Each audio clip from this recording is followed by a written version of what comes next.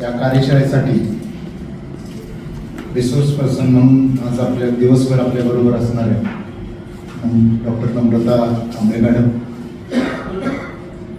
त्या जरी पुण्याहून आल्या असल्या तरी त्या आपल्यातीलच आहे आणि सकाळपासून त्यांच्याशी बोलताना अनेक गोष्टीचा उलगडा आपल्याला झाला. आपण ह्या प्रपोजलमध्ये इव्हॅल्युएशन सिस्टीम NEP 2020 हा विषय देत असताना जो आम्ही विचार त्याच्यामध्ये केला मॅडम तो असा आहे की एक्झामिनेशन आणि इव्हॅल्युएशन याच्यात बेसिकली खूप मोठा फरक आहे. मॅडमने जे आता सगळं तुम्हाला सांगितलं ते एक्झामिनेशन, त्याच्यात शब्द इव्हॅल्युएशन आहे पण ॲक्च्युली इव्हॅल्युएशन कुठंच होत नाही. आम्ही फक्त जे एक्झामिनेशनमध्ये जे काही लक्षात घेतोय अर्थात आम्ही ब्लूम्स टॅक्सॉनॉमी म्हणतो पण त्याच्यामध्ये इव्हॅल्युएट असतं किंवा अंडरस्टँड असतं किंवा डेमॉन्स्ट्रेट असतं. या शब्दांना आपण कुठं प्रश्नपत्रिकेमध्ये स्थानच देत नाही. आमच्या प्रश्नपत्रिकेमध्ये स्थान आहे ते एक्सप्लेन आणि डिस्क्राईब किंवा सॉल्व ह्याच्या पलीकडे आम्ही जात नाही. पण NEP मध्ये कारण मॅडम आमचे खूप NEP बाबतीत अवेअर आहेत सगळे प्राध्यापक मंडळी, कारण आमच्या विद्यापीठानं शासनाने लागू करायच्या अगोदर 1 वर्ष NEP 10 लागू केलं आणि परत 2.0. तर आता खऱ्या अर्थाने इव्हॅल्युएशन सिस्टीम या NEPच्या माध्यमातून होणं अपेक्षित आहे आणि हे कंटिन्युअस इव्हॅल्युएशन सिस्टीम असायला हवी. कारण आपण आता जे एक्झामिनेशन घेतो त्याच्यामध्ये फक्त मेमोराईज म्हणजे तुम्ही काय शिकवलं, विद्यार्थ्याच्या काय लक्षात राहिलं आणि त्याने परीक्षेत काय लिहिलं त्याच्यावरतीच आम्ही फक्त त्याला मार्क देतो आणि त्याच्यावरतीच त्याची ग्रेड ठरवतो. पण NEP मध्ये जी इव्हॅल्युएशन सिस्टीम मांडलेली आहे, जे आपण फॉर्मेटिव्ह सबमिटिव्ह जे काही शब्द ऐकतो आज मॅडम त्याच्यावरतीच. कारण मी MSFD ला मला ज्या वेळेला पहिल्यांदा फोन आला की तुम्हाला याच्यात काय अपेक्षित आहे तर मी त्यांना सांगितलं की आम्हाला सबमिटिव्ह इव्हॅल्युएशन सिस्टीम ही माहिती करून द्यायची आहे आम्हाला लोकांना की भविष्यातल्या सगळ्या या आता मला माहीत नाही किंवा आपल्यालाही माहीत नाही की शासन ह्या गोष्टी किती वेळाने बदलणार आहे किंवा हे सगळं कधी अडॉप्ट करणार आहे. कारण NEP इम्प्लिमेंटेशन 100% इम्प्लिमेंटेशन हे खूप गोष्ट क्रिटिकल आहे. कारण आम्ही लोक त्याच्यामध्ये किती बदलणार आहोत हे माहिती नाही आणि शासन खरोखर या इव्हॅल्युएशन सिस्टीम आणणार का हा अनुत्तरित प्रश्न आहे. पण NEP मध्ये हे अपेक्षित आहे म्हणून आपण विषय त्याच्यामध्ये घातलाय. इव्हॅल्युएशन सिस्टीम खूप वेगळ्या पद्धतीनं आता डेव्हलप करायला पाहिजे. फक्त मेमरी नाही तर क्रिटिकल थिंकिंगचा पण इव्हॅल्युएशन सिस्टीम मध्ये अंतर्भाव पाहिजे. म्हणजे एखादा प्रश्न तुम्ही असा विद्यार्थ्याला विचारायला पाहिजे, म्हणजे माझ्या बुद्धीप्रमाणे मी सांगतोय की हे सिच्युएशन आहे, या सिच्युएशन तुम्ही काय विचार करू शकताय, याच्याबद्दल तुमचं काय मत आहे, तुमचा विचार काय आहे. म्हणजे याचं उत्तर कुठं असणार नाहीये ते आणि तुम्ही जो विचार लिहाल त्याचं इव्हॅल्युएशन होईल आणि त्याला मार्क. आता आपण कसं होतंय आन्सर की आमच्या समोर असते, त्या आन्सर की मधलं बरोबर आलं तरच आम्ही त्याला मार्क देतो. आन्सर कीच्या बाहेर असेल तर मार्क देत नाही, तुम्हालाही द्यायला अलाउड नाही. कारण तुम्ही त्याच्या बाहेर ते बरोबर दिलं तर 1000 रुपये आपण आमचं विद्यापीठ दंड करतो मॅडम येतात बरोबर. पण ह्या नवीन इव्हॅल्युएशन सिस्टीम मध्ये हे जर जायचं असेल, सबमिटिव्ह मध्ये जायचं असेल तुम्हाला तर त्यानं जो काही विचार मांडलाय त्याला तुम्हाला मार्क्स द्यावे लागतात. त्यामुळे क्रिएटिव्ह किंवा आता ज्या मॅडमने काही शब्द चांगले सर्जनशीलता वगैरे शब्द वापरले याचं इव्हॅल्युएशन फक्त मेमोराईज नव्हे, तुमच्या लक्षात किती राहिलं. कारण त्या 1.5-2 तासाच्या 3 तासाच्या पेपरमध्ये एखादं लक्षात राहिलं नाही बरं. मी केव्हाच्या विद्यार्थ्यांना नेहमी म्हणतो किंवा आपल्यालाही आपणही शिकलो, पेपर लिहिला, 3 तासाचा पेपर असतो आणि बरंच डोकं खाजवून होतं पण काय केलं काही आठवत नाही आणि आपण पेपर टाकतो आणि बाहेर दप्तर घ्यायला जातो, तिथं गेल्यानंतर आठवतं त्याच उत्तर हे होत आहे. मग असं का होतं, आत आठवलं नाही बाहेर गेल्यानंतर आठवलं. बरं, किंवा आता तुम्ही एखाद्याला विचारा काल काय शिकवलं तर मुलं लगेच वही उघडतात, पण आठवण करून सांगत नाही. तर हा बदल आपल्याला या NEP मध्ये अपेक्षित आहे. त्यांनी 2 ओरिएंटेशन प्रोग्राम, 4 रिफ्रेशर कोर्स आणि 17 फॅकल्टी डेव्हलपमेंट प्रोग्राम पूर्ण केले आहेत. त्यांनी सावित्रीबाई फुले पुणे विद्यापीठ प्रायोजित एक लघु शोध निबंध प्रकल्प आणि Indian council of social science research नवी दिल्ली येथे अर्थसहाय्यक एक मोठा संशोधन प्रकल्प पूर्ण केला आहे. त्यांना अध्ययन, अध्यापनशास्त्र, मूल्यमापन, संशोधन विषयावर व्याख्यान देण्यासाठी बरेच ठिकाणी आमंत्रित केलं जातं. तसेच त्यांनी आर्ट डिझाईन टेक्नॉलॉजी युनिव्हर्सिटीमध्ये मान्यताप्राप्त PhD मार्गदर्शक आहेत. त्यांच्या मार्गदर्शनाखाली 2 विद्यार्थ्यांची PhD कंप्लीट झाली आहे. तसेच सध्या 2 विद्यार्थ्यांची PhD चालू आहे.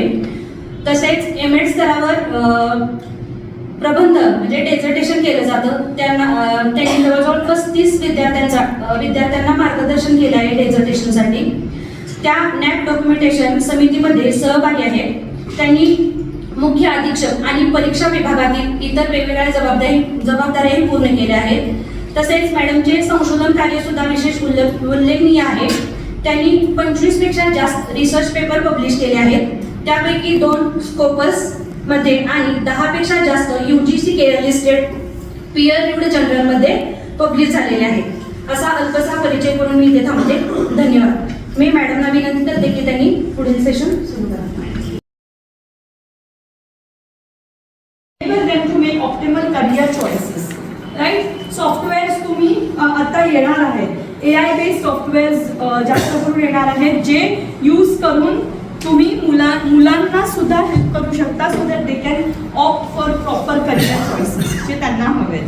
ओके, नॅशनल असेसमेंट सेंटर परख will bring greater synergy in board examinations conducted by different board of education. National assessment centre परख हे ओपन केलेलं आहे NCERTनी, राईट. आणि हे परख जे आहे ह्याच्यामुळे बोर्ड एक्झामिनेशन्स मध्ये सुद्धा खूप सिनर्जी येणार आहे. And PARAKH talks about peer assessment, PA peer assessment review analysis knowledge for holistic development, ते त्याचं फुल फॉर्म आहे, राईट. म्हणजे काय की तुम्ही फक्त आणि फक्त you are not going to just see the memorization and all, but you are also going to focus on the holistic development of the child. Holistic development म्हणजे काय की focusing on the physical, mental, सर्वांगीण sir बरोबर आहे, पण सर्वांगीण मध्ये तुम्ही काय काय करणार, राईट. सो तुम्ही त्या विद्यार्थ्यांचं फिजिकली तो फिट आहे का, मेंटली तो ऍक्टिव्ह आहे का, राईट, इमोशनली तो स्टेबल आहे का, हे सगळं आपल्याला देणं विद्यार्थ्यांना खूप गरजेचं आहे, right. So we are going to focus on that.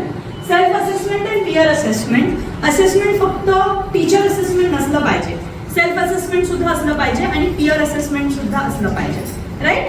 National Testing Agency NATA will work to offer a common aptitude test of high quality to eliminate the need of coaching. म्हणजे काय, नॅशनल टेस्टिंग एजन्सी आता सगळे एंट्रन्सेस तुम्हाला माहिती आहे, आता CET वगैरे असं काही होणार नाहीये. It's only the National Testing Agency NATA जी ओव्हरऑल एक स्टँडर्डाइज एक्झाम कंडक्ट करणार आहे. आता हे वेगळे वेगळे एक्झाम्स जे होत होत्या ते सगळं बंद होणार आहे. लाईक फॉर एक्झाम्पल मी तुम्हाला देऊ शकते, आमचं B.Edला आम्हाला कसं असायचं, महाराष्ट्र स्टेटची CET असायची, नंतर प्रायव्हेट इन्स्टिट्यूशन्सला पॅरा CET एक्झाम असायची. पण आता असं काही होणार नाहीये. आता ना CET ना पॅरा ना काय, NATA national Testing agency national लेवलवर एकच एंट्रन्सचा फॉर्म भरायचा आणि त्यातनंच सगळ्या विद्यार्थ्यांनी ती एक्झाम द्यायची आणि त्यातनंच ते कॉलेजचे सीट भरले जाणार आहेत. म्हणजे आम्ही आमच्या लेवलवर पण जे ऍडमिशन घ्यायचो थ्रू पॅरा ना, ते सगळं बंद होणार आहे, ते काही चालणार नाही आता. Even for MBA and all, पहिलं कॅट व्हायचं, मग समजा तुमच्या इकडे असेल तर तुमची एंट्रन्स द्यावी लागायची, कुठलं दुसरं प्रायव्हेट असेल तर त्यांची एंट्रन्स द्यायला लागायची. आता असं काही नाही आहे, डायरेक्ट NATA एंट्रन्स घेणार आहे. सेम वे आपलं स्वयं वगैरेचं पण तुम्ही बघत असाल, जे एक्झाम्स होतात that is all through national Testing agency, ठीक आहे. तर एक कॉमन एजन्सी केलेलं आहे. इवन आणि हे करण्याच्या आमचा रिझल्ट काय होतं की लोक खूप सारे कोचिंग सेंटर्समधून पैसे जमा करतात, राईट. सो ह्याची गरज ती बंद करायची गव्हर्नमेंटला. ते कोचिंग वगैरे काही नाही, एकच एंट्रन्स त्याच्या थ्रू सगळ्यांनीच द्यायची, right. So this is what is the transformation in the assessment. आता तुम्ही मला सांगा, इव्हॅल्युएशन आणि असेसमेंट हे दोन वर्ड्स आपण नेहमी यूज करत असतो. इव्हॅल्युएशन, असेसमेंट या दोन्हीमधला डिफरन्स काय आहे? What is the difference between evaluation आणि असेसमेंट? येस, मी तर दिलंच आहे, पण तुम्ही पण सांगा काय डिफरन्स आहे. इव्हॅल्युएशन हे वर्ड आणि असेसमेंट काय डिफरन्स आहे? का सेम आहे? दोन्ही सेम आहेत का? इव्हॅल्युएशन आणि assessment. Assessment quantitative analysis. Evaluation qualitative analysis. Okay, not 100% but okay. हां, अजून see basically assessment refers to the process of evaluating, measuring and analyzing something to determine its value, quality, performance or effectiveness. ठीक आहे, म्हणजे काय की माझं session कसं झालं, राईट, ह्याच्याबद्दल तुम्ही सांगणार. You are assessing me, you are giving me a feedback. म्हणजे क्वालिटी कशी होती, परफॉर्मन्स कसा होता विद्यार्थ्याचा, इफेक्टिव्हनेस काय आहे ह्याच्याबद्दल तुम्ही सांगणार. पण evaluation refers to the process of analysing and making judgement about the value, effectiveness और significance of something based on the collected data और criteria. It involves assessing the outcomes to determine whether goals or objectives have been met. म्हणजे तुम्ही सगळ्यांनी सांगितलं की session चांगला होता, हे होता, फीडबॅक, क्वालिटी वगैरे सगळं, पण तुम्हाला एक ऑफिशियल फीडबॅक फॉर्म दिला जाणार. त्या फीडबॅक फॉर्ममध्ये क्रायटेरियाज दिले जातील, राईट, आणि त्या क्रायटेरियाजवर तुम्हाला मला असेस करायचं आहे, बरोबर. म्हणजे way of delivering the lecture, त्याच्यामध्ये तुम्हाला मार्क दिले 5 4 3 2 1. मग तुम्ही 4 टाकलं, कोणी 5 टाकलं, कोणी 3 टाकलं, कोणी 1 टाकलं, बरोबर. म्हणजे माझ्या कुठल्याही जजमेंटला एक व्हॅल्यू अटॅच होतीये आणि हे बघितलं जात आहे की माझे ऑब्जेक्टिव्स आणि आउटकम्स अचीव झालेत की नाही झालेत. माय objectives are met or not met, right. This is been taken into consideration, but not just orally, but on the basis of some kind of a feedback tool, you can say, or some kind of a strong value attached to it. ठीक आहे. हे next slide. हे सांगण्यासाठी मी दुसरं एक best example तुम्हाला देते की तुम्ही आजकाल तुम्ही बघितलंय FDP वगैरे जे अटेंड करता, तर त्याच्यामध्ये एक सर्टिफिकेट तुम्हाला नॉर्मल मिळतं की यू हॅव अटेंडेड, आणि एक तुम्हाला ग्रेड सर्टिफिकेट मिळतं, राईट. सो हे जे यू हॅव अटेंडेड वाला सर्टिफिकेट आहे, that is your assessment. Okay, म्हणजे तुम्हाला त्यांनी असेस केलं. बट त्याच ह्याला जे ग्रेडवाला मिळतं, ज्याच्यामध्ये तुम्हाला आलेले असतील की 85 out of 100 A grade, right, that is your evaluation. Got my point? हा डिफरन्स आहे. म्हणजे अजून एक सिम्पल वे सांगते की तुम्ही तुमच्या वर्गामध्ये जेव्हा विद्यार्थ्याला असेस करता, राईट, ते तुमचं असेसमेंट झालं, पण म्हणजे फॉर्मेटिव्ह जे करता, आणि जेव्हा त्या विद्यार्थ्याला पर्सेंटेज आणि त्याचा रिझल्ट मिळतो आणि तो BA मध्ये फर्स्ट क्लास विथ डिस्टिंक्शन अशा ग्रेडनी येतो, तर ते त्याचं इव्हॅल्युएशन होतं. कळलं? चलो, कोण पिक्चर घेतोय? हां, घ्या.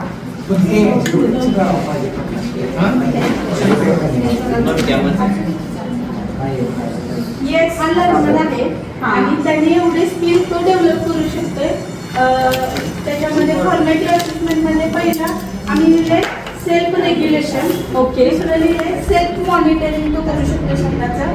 गोल ओरिएंटेड करू शकतोय. नंतर तो क्रिटिकल थिंकिंग करू शकतोय. त्याचबरोबर तो कोलॅबरेशन आणि टीमवर्क सुद्धा शिकू शकतोय. त्याचबरोबर लिडरशिप त्याच्यामध्ये चांगली येऊ शकता, क्रिएटिव्हिटी येऊ शकता, मायक्रो लर्निंग तो शिकू शकतो. त्याच्यामध्ये आयडिया जनरेट तो करू शकतो, क्रिएट करू शकतो. ऑब्झर्वेशन पॉवर त्याची जी आहे ती इन्क्रीज व्हायला मदत होईल. त्याचबरोबर त्याचं कम्युनिकेशन स्किल जे आहे ते एनहान्स होणार आहे. त्याचबरोबर डेटा कलेक्शनची पॉवर जी आहे ती सुद्धा त्याच्यातून डेव्हलप होणार आहे. त्याचबरोबर त्याचं जे डिसिजन मेकिंग आहे ते पण थोडंफार सुधारण्याचं हे होणार आहे. त्यानंतर तो प्रॉब्लेम सॉल्व्हिंग करू शकतो. त्याचबरोबर self assessment and self awareness त्याच्यामध्ये निर्माण होऊ शकतो. त्याचबरोबर एखाद्या विषयाबद्दल क्युरिओसिटी ही त्याच्या मनामध्ये निर्माण होऊ शकते आणि रिस्पॉन्सिव्हनेस म्हणजे त्याच्याबद्दल जागरूकता किंवा जबाबदारीची जाणीव त्याच्यामधून निर्माण होऊ शकते. ग्रुप नंबर 5 मध्ये आम्ही फॉर्मेटिव्ह असेसमेंट याच्यामध्ये फक्त पाच मुद्दे महत्वपूर्ण कव्हर केलेत, पण याच्यामध्ये जवळजवळ बरेच मुद्दे सांगता येतील आपल्याला. म्हणजे याच्यामध्ये विद्यार्थ्याला कुठल्याही गोष्टीमध्ये सक्रिय सहभाग होण्यासाठी तो क्रियाशील तिथं तयार होणार आहे. त्याचबरोबर सगळ्यात महत्त्वाचं की तो आत्ममूल्यमापन सेल्फ असेसमेंट त्याला करण्याची संधी त्या ठिकाणी मिळणार आहे. त्याचबरोबर हे सगळं करताना आपली ध्येय निश्चिती काय आहे याची जाणीव त्याला निश्चितपणे होईल. उद्दिष्ट ठरवण्यासाठी त्याला आम्ही सांगितलेलं जे काय आहे त्याची मदत निश्चितपणे होणार आहे. आणि खरं तर विद्यार्थ्याला हे सगळं सांगितलं तर स्वतःचा विचार करण्याची ताकद त्याच्यामध्ये निर्माण होऊन त्याच्या क्षमता तो ओळखणार आहे आणि त्याची प्रगती पुढं सातत्यानं होत राहणार आहे. आणि ते करता करता त्याला इतकं ज्ञान मिळणार आहे की त्याच्या अभ्यासाची दिशा तो ठरवणार आहे आणि जास्तीत जास्त अभ्यास त्याच्या विषयामध्ये त्याला करण्याची संधी विविध साधनांच्यामुळे होणार आहे. अजून भरपूर गोष्टी सांगण्यासाठी आहेत, पण महत्त्वाच्या फक्त एक 6-7 गोष्टीच आम्ही त्याच्यात केंद्रित केलेल्या आहेत ग्रुप नंबर 5 मध्ये. आणखी एखादा टास्क देऊन त्याद्वारे आता जसं आपण करतोय त्या पद्धतीनं नंतर मग एक प्रेरक म्हणून शिक्षक आपली भूमिका बजावू शकतो. नंतर कृती आधारित म्हणजे अध्यापन पद्धतीमध्ये बदल जे नवनवीन ट्रेंड्स येत आहेत त्यानुसार वेगवेगळ्या शिक्षण पद्धतीमध्ये बदल करून विद्यार्थ्यांना ते आकलन कसं होईल या दृष्टिकोनातून शिक्षक प्रयत्न करू शकतो. नंतर अभिप्राय देणारा विद्यार्थ्यांना वारंवार त्यांना चांगल्या पद्धतीनं कसं त्यांचं स्किल डेव्हलप करू शकतील त्यासाठी त्यांना गुड, व्हेरी गुड, एक्सलंट या पद्धतीनं त्यांना प्रेरणा देऊन त्यांना जास्तीत जास्त सहभागी करून घेऊ शकतो. मूल्यमापन करताना कसं करायचं तर त्याचं जे क्रिएटिव्ह आहे त्याच्या बेसिसवर त्याला मार्क द्यायचे असेसमेंट करताना. म्हणजे एखादा टास्क आपण दिला वेगवेगळ्या ऍक्टिव्हिटी कर किंवा आता एखादं डिस्क्रिप्शन द्यायला लावलं आपण एखाद्या प्राण्याबद्दल वगैरे, म्हणून सगळ्या विद्यार्थ्यांचं एकसारखं उत्तर येत नसतं. मग वेगवेगळ्या विद्यार्थ्यांचं वेगवेगळं उत्तर येत असतं, मग त्या बेसिसवर त्याला मार्क देणे.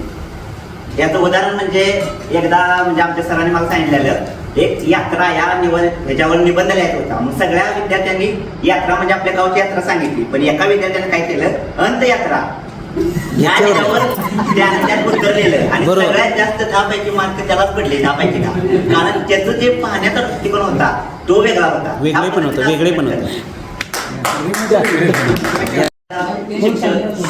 प्रत्येक विद्यार्थी कसा वागतो किंवा त्याचं सराउंडिंग काय आहे, तो क्लासरूम मध्ये कसा बिहेव करतो किंवा त्याला इंटरेस्ट कशात आहे याचं निरीक्षण करून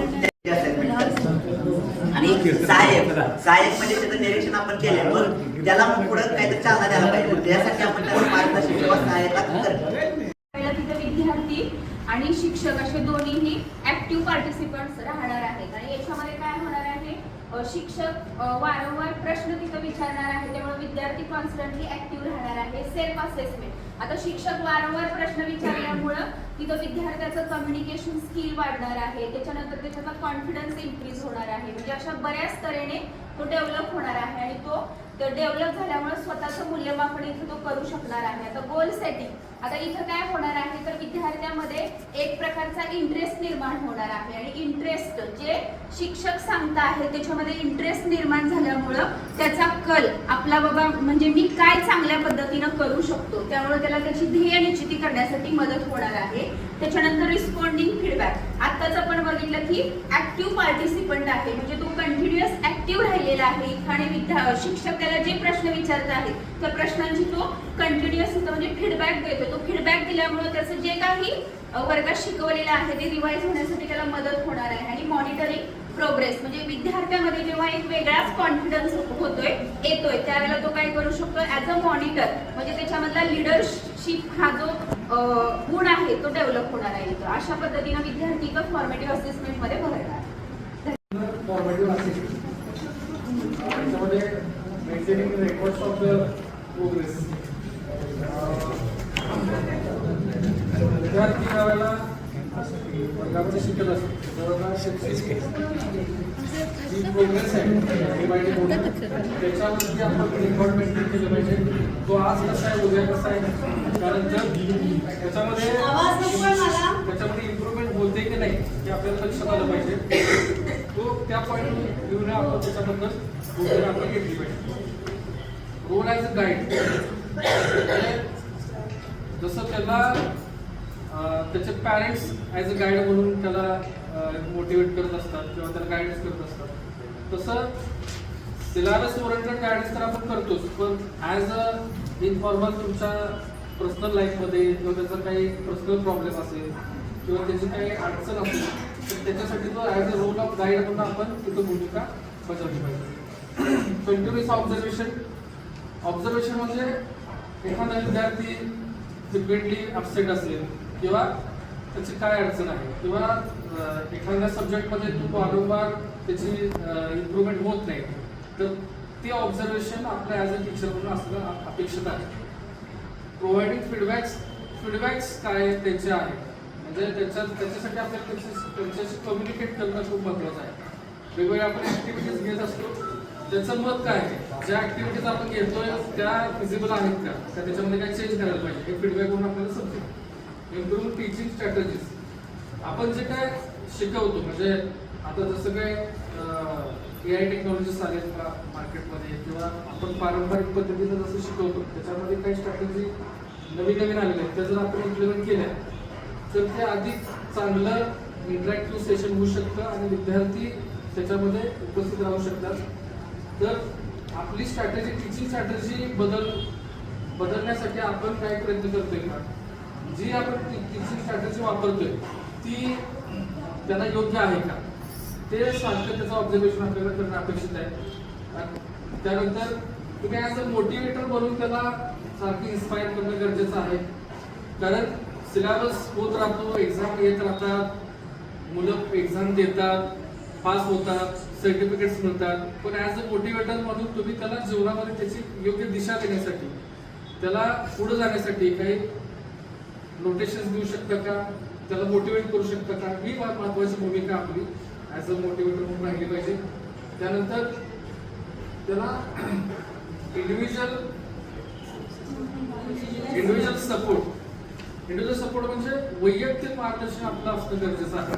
म्हणजे वर्गामध्ये 60, 70, 80 मुलं असतात आणि प्रत्येकाकडे लक्ष देणं असं तेवढं शक्य नसतं. तरीही आपण जसं आमच्याकडे मेंटॉर मेंटीची एक संकल्पना आहे, म्हणजे विद्यार्थ्यांना शिक्षक पालकत्व घेतात त्याचे. कुणाचं एखादा विद्यार्थी खूप हुशार असतो, खूप मेहनती असतो, पण त्याची घरगुती काहीतरी अडचण असते, काहीतरी फायनान्शियल प्रॉब्लेम असतो, किंवा एखादा विद्यार्थी मेंटली किंवा फिजिकली त्याचा काय प्रॉब्लेम असेल तर तो लक्षात घेऊन त्याला आपण ट्रीट करणं गरजेचं आहे. त्यानुसार त्याला टीचिंग स्ट्रॅटेजी आपण बदलणं गरजेचं आणि त्याचं पार्टिसिपेशन ऍक्टिव्हली कसं इन्व्हॉल्व्ह करून घेता येईल आपल्या या पूर्ण प्रोसेसमध्ये, हे जर आपण बघितलं तर हा जो रोल आहे टीचरचा तो आपण पूर्ण केला असं म्हणतो. थँक्यू. ओके, हां.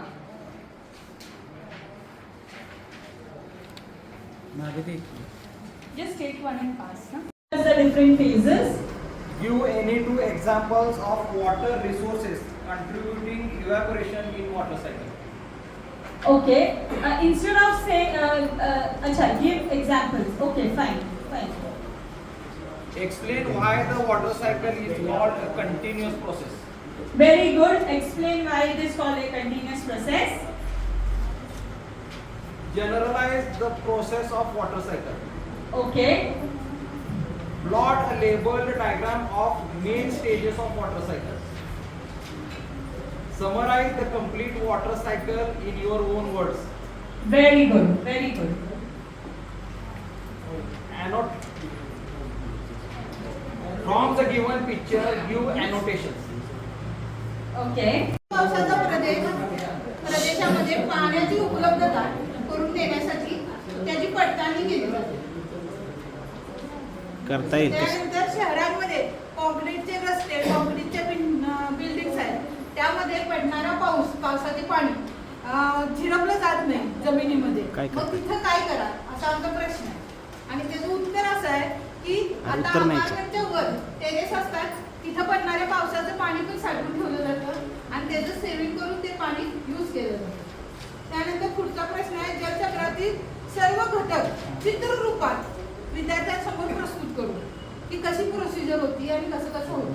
त्यानंतर वृक्षतोडीचा कसा परिणाम जलचक्रावर होतो त्याचं विवेचन, हवामान बदलाचा जलचक्रावर कसा परिणाम होतो. आणि त्यानंतरचा पुढचा प्रश्न आहे, औद्योगिक क्रांतीचा जलचक्रावर कसा परिणाम होतो. आणि हा जो परिणाम होतो तो सर्वेद्वारे किंवा एखाद्या इंडस्ट्रीला विद्यार्थ्यांना घेऊन जाऊन ते कसं रॉ मटेरियल बाहेर पडतं आणि पाणी कसं अशुद्ध होतं हे आम्ही सांगतो. Very good, very good. ठीक आहे.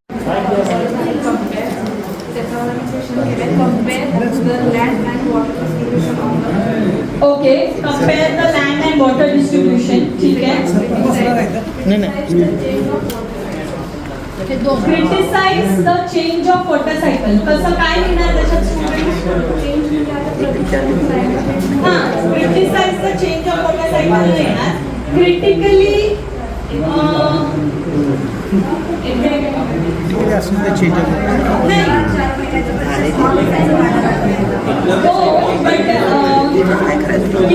तुम्ही बाहेर जाऊन बोलू शकता. तुम्ही कुठल्या पॉइंट्सवर हे करताय, राईट, तुम्ही कुठल्या पॉइंट्सवर त्यांना ग्रेड करणार आहे हे त्यांना कळणं गरजेचं आहे. नाहीतर काय होईल, ते त्यांच्या मनाने काही प्रिपेअर करून येतील आणि तुमचं दृष्टिकोन वेगळा आहे. म्हणून तुम्ही रुब्रिक्स बनवा की तुम्हाला काय एक्सपेक्टेड आहे, त्याच्यामध्ये तुम्ही कुठल्या आधारे त्यांना पॉइंट्सवर ग्रेड करतात. I will show you an example of rubric also. Next घ्या. हां, त्याच्या आधी. So with this here we end the formative assessment. आता त्याच्यामध्ये एक लास्ट आहे. आता तुम्हाला काय करायचं आहे, फॉर्मेटिव्ह असेसमेंटचे हे एंड झाले. मी तुम्हाला तुम्ही जोपर्यंत लिहिताय तोपर्यंत मी रुब्रिक आणि एक माइंड मॅप एक्झाम्पल आणि एक ई पोर्टफोलिओचं example I will show you. But before that तुम्ही KWL चार्ट ओपन करा आणि त्याच्यामध्ये नाव you have to fill the last column. हां, की व्हॉट यू हॅव लर्न.